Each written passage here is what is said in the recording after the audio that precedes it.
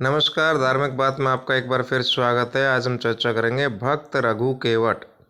भक्त रघु के जाल में फंसी मछली ने जब ये कहा कि नारायण रक्षा करो, तो वे समझ गए ये ईश्वर की प्रेरणा है। इसके बाद भगवान ने रघु को चतुर्भुज दर्शन दिए। जगन्नाथपुरी से 10 कोस पर पिपली चटी गांव में रघु नामक एक केवट रहता था। रघु रोज नदी पर जाता और मछलियां पकड़कर बेच देता था। वह मछलियों को जाल में फंसकर तड़पते देखता तो उसका हृदय पसीज जाता, लेकिन आजीविका का दूसरा कोई साधन न देखकर वह स्वयं को कई तरह की दलीलें देकर मन को शांत करता था।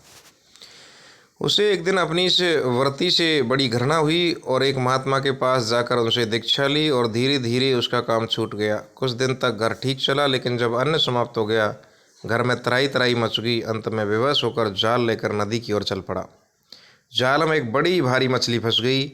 उसी समय मछली बोली, रक्षा कर नारायण रक्षा कर। रघु ने यह सुनते ही उसे पानी में वापस छोड़ दिया।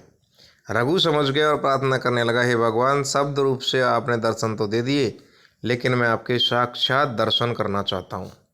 वह उसी स्थान पर 3 दिन बिना कुछ खाए पिए नारायण मंत्र जप करता रहा। भक्त की अचल भक्ति देखकर भगवान ने दिव्य चतुर्भुज रूप से दर्शन दिए और वर मांगने के लिए कहा। रघु ने कहा, अब तो केवल यही इच्छा है कि मेरा हृदय निरंतर आपके ध्यान में तल्लीन रहे और मेरा जीव हिंसा का स्वभाव बदल जाए। भगवान ने तथास्तु कहकर सारी समस्याओं का हल कर दिया और अंतर ध्यान हो गए।